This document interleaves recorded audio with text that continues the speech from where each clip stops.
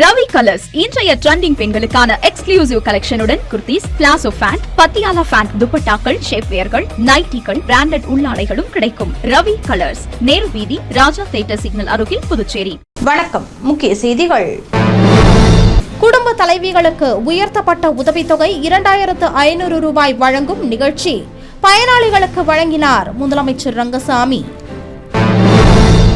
புதுவை காவல்துறையில் ஊர்காவல் படை வீரர்களுக்கு பதவி உயர்வு, பணி ஆணைகளை வழங்கினார் அமைச்சர் நமச்சிவாயம்.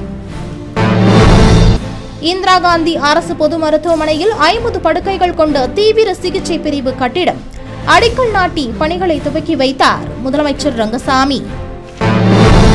புதுச்சேரி ரயில் நிலையத்தில் 5வது நடைமேடை அமைக்க நடவடிக்கை. புதிய திட்டத்தின் மூலம் புதுவைக்கு கூடுதல் ரயில்கள் இயக்க வாய்ப்புள்ளதாக தகவல். நம்ம பாண்டிச்சேரிக்கு ரிலையன்ஸ் ஃபேஷன் வேர்ல்ட் வந்தாச்சு. குவாலிட்டியான பிராண்டட் ஆடைகள் கம்மியான விலையில. எங்க தெரியுமா? அண்ணா சாலை ரத்னா தியேட்டர் பக்கத்துல இருக்க நம்ம ரிலையன்ஸ் ஃபேஷன் வேர்ல்ட் தான். இங்க கலெக்ஷன்ஸ் எல்லாமே ட்ரெண்டுக்கு ஏத்த மாதிரி இருக்கு. விழாக்கால சிறப்பு சலுகையாக நீங்கள் வாங்கும் அனைத்து ஆடைகளுக்கும் சிறப்பு ஆஃபர்களுடன் நிச்சய பரிசுகளும் உண்டு. கம்மியான பிரைஸ்ல பிராண்டட் ஆடைகள் வாங்க அண்ணா சாலை ரிலையன்ஸ் ஃபேஷன் வேர்ல்ட் வாங்க. ரிலையன்ஸ் ஃபேஷன் வேர்ல்ட் நம்பர் 460, அண்ணா சாலை ரத்னா தியேட்டர் அருகில், புதுச்சேரி. இனி விரிவான செய்திகள். மகளிர் மேம்பாட்டுத்துறை சார்பில் உயர்த்தி அறிவிக்கப்பட்ட குடும்ப தலைவிகள் மற்றும் முதியோர் விதவைகளுக்கான உதவித்தொகை காசோலையை முதலமைச்சர் ரங்கசாமி பயனாளிகளுக்கு வழங்கினார். புதுச்சேரி மகளிர் மற்றும் குழந்தைகள் மேம்பாட்டுத்துறை சார்பில் குடும்ப தலைவிகளுக்கு உயர்த்தி அறிவிக்கப்பட்ட 2500 ரூபாய் மற்றும் முதியோர் விதவைகளுக்கு உயர்த்தப்பட்ட உதவித்தொகை வழங்கும் நிகழ்ச்சி மங்களம் தொகுதி திருக்காஞ்சி கங்கை வராக நதீஸ்வரர் கோவில் வளாகத்தில் நடைபெற்றது. இந்த விழாவிற்கு அமைச்சர் தேனி ஜெயக்குமார் தலைமை தாங்கினார். மேலும் சபாநாயகர் செல்வம் முன்னிலை வகித்தார். இதனைத் தொடர்ந்து சிறப்பு விருந்தினராக முதலமைச்சர் ரங்கசாமி கலந்து கொண்டு உயர்த்தி அறிவிக்கப்பட்ட உதவித்தொகையினை பயனாளிகளுக்கு வழங்கினார். மேலும் இந்த விழாவில் துணை சபாநாயகர் ராஜவேலு, அரசு கொறடா AKD ஆறுமுகம், சட்டமன்ற உறுப்பினர்கள் KSP ரமேஷ், லட்சுமிகாந்தன், செல்வம் மற்றும் அதிகாரிகள் கலந்து கொண்டனர். புதுச்சேரி ஊர்காவல் படை வீரர்களுக்கான பதவி உயர்வு ஆணையை அமைச்சர் நமச்சிவாயம் வழங்கினார். புதுச்சேரி காவல்துறையில் காலியாக உள்ள 207 காவலர் பணியிடங்கள் நிரப்புவதற்கு முடிவு செய்யப்பட்டது. அதில் 148 காவலர் பணியிடங்கள் நேரடி தேர்வு மூலமாகவும் 49 பணியிடங்கள் ஊர்காவல் படை வீரர்களுக்கு பதவி உயர்வு அளிக்கப்பட்டு பணியமர்த்தவும் 10 பணியிடங்களை கருணை அடிப்படையில் நிரப்பவும் உத்தரவு பிறப்பிக்கப்பட்டது. அதன்படி ஊர்காவல் படையில் இருந்து 42 பேர் காவலர்களாக தேர்வு செய்யப்பட்டுள்ளனர். இவர்களுக்கு பணி ஆணை வழங்கும் நிகழ்ச்சி காவல்துறை தலைமையகத்தில் பிப்ரவரி 5ஆம் தேதி நடைபெற்றது. இதில் உள்துறை அமைச்சர் நமச்சிவாயம் கலந்து கொண்டு பணி ஆணையினை வழங்கினார்.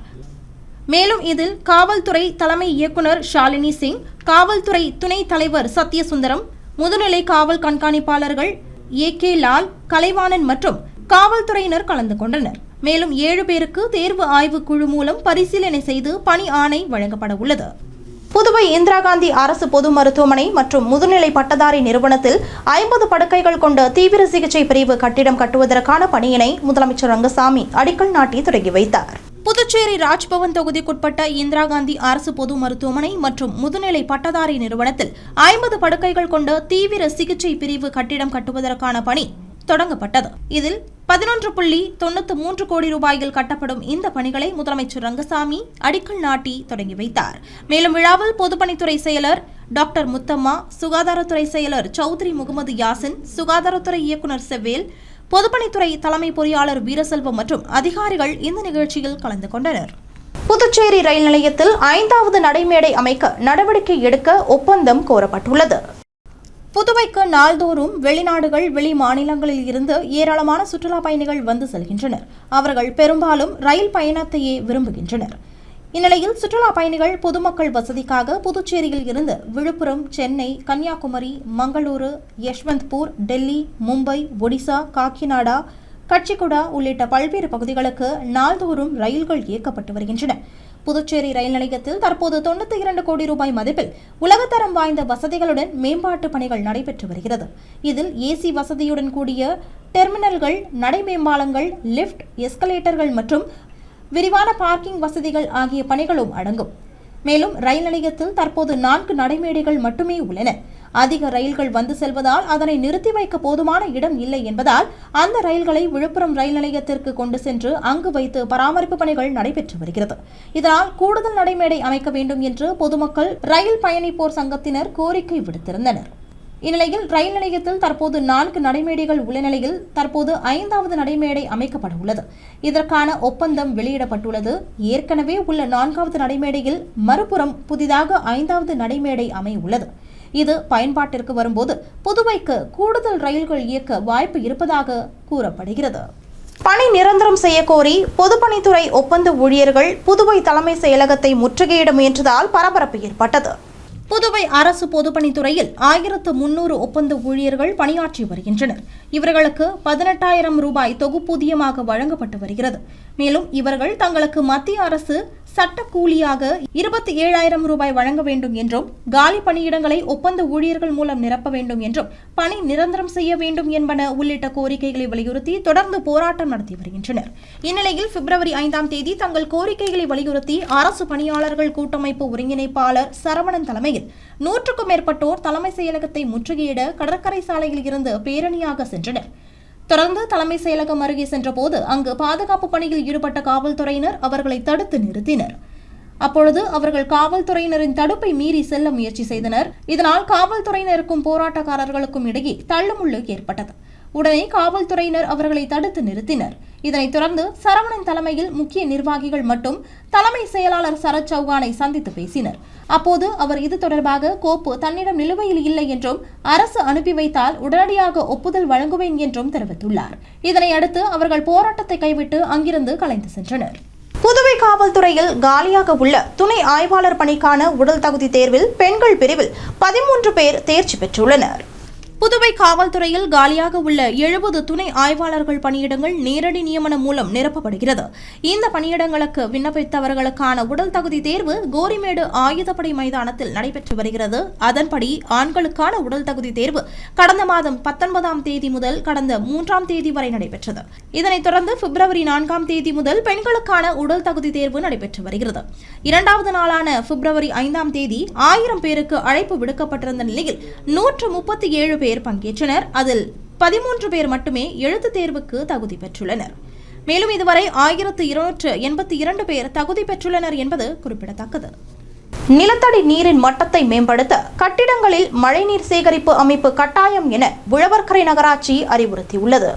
உழவர்கரை நகராட்சி ஆணையர் சுரேஷ்ராஜ் வெளியிட்டுள்ள செய்திக்குறிப்பில் ஜல்சக்தி அமைச்சகம் புதுச்சேரி நீர் பற்றாக்குறை மாவட்டமாக 2022ஆம் ஆண்டு அறிவித்தது என்றும் தொடர்ந்து நிலத்தடி நீரின் மட்டத்தை மேம்படுத்த நகராட்சியால் நடவடிக்கை எடுக்கப்பட்டு வருவதாகவும் இதன் ஒரு பகுதியாக உழவர்கரை நகராட்சிக்குட்பட்ட குளங்களை தூர்வாரி சீர்படுத்துதல் மற்றும் மழைநீர் சேகரிப்பு அமைப்பு நிறுவுதல் போன்ற பணிகளை சமூக பொறுப்பு நிதி மூலமாக செய்து வருவதாகவும் தெரிவித்துள்ளார். மேலும் நகராட்சி பகுதியில் பயன்பாட்டில் உள்ள 24 குளங்களில் 14 குளங்களை தூர்வாரி மேம்படுத்தும் பணிக்காகவும் பல இடங்களில் மழைநீர் சேகரிப்பு அமைப்பு நிறுவ சமூக பொறுப்பு நிதி வரவேற்கப்படுவதாகவும் நகராட்சி பகுதியில் உள்ள அனைத்து பெரிய கட்டிடங்கள், தொழிற்சாலைகள் மற்றும் அடுக்குமாடி குடியிருப்புகளில் மழைநீர் சேகரிப்பை கட்டாயமாக அமைத்து நகராட்சியிடம் தெரிவிக்க வேண்டும் என்றும் மழைநீர் சேகரிப்பு அமைப்பை தங்கள் கட்டிடங்களில் அமைத்து புகைப்படத்தை நகராட்சியின் வாட்ஸ்அப் எண்ணிற்கு அனுப்பி வைக்கலாம் என்றும் அந்த செய்திக்குறிப்பில் கூறப்பட்டுள்ளது. புதுச்சேரியில் பெண்கள் உட்பட 6 பேரிடம் 13.47 லட்சம் ரூபாய் மோசடி செய்யப்பட்டது குறித்து சைபர் கிரைம் காவல்துறையினர் விசாரணை நடத்தி வருகின்றனர். புதுவை நெல்லித்தோப்பு பகுதியை சேர்ந்த வாலிபரின் வாட்ஸ்அப் எண்ணுக்கு ஒரு குறுந்தகவல் ஒன்று வந்துள்ளது. அதில் ஆன்லைன் வர்த்தகத்தில் முதலீடு செய்தால் அதிக லாபம் சம்பாதிக்கலாம் என தெரிவிக்கப்பட்டிருந்ததனை நம்பி அவர் முதலில் சிறிய தொகை முதலீடு செய்துள்ளார். இதற்காக அவருக்கு குறிப்பிட்ட தொகை லாபமாக கிடைத்துள்ளது. அதன் பின் பல்வேறு தவணைகளாக 11,84,000 ரூபாயை ஆன்லைன் வர்த்தகத்தில் முதலீடு செய்துள்ளார்.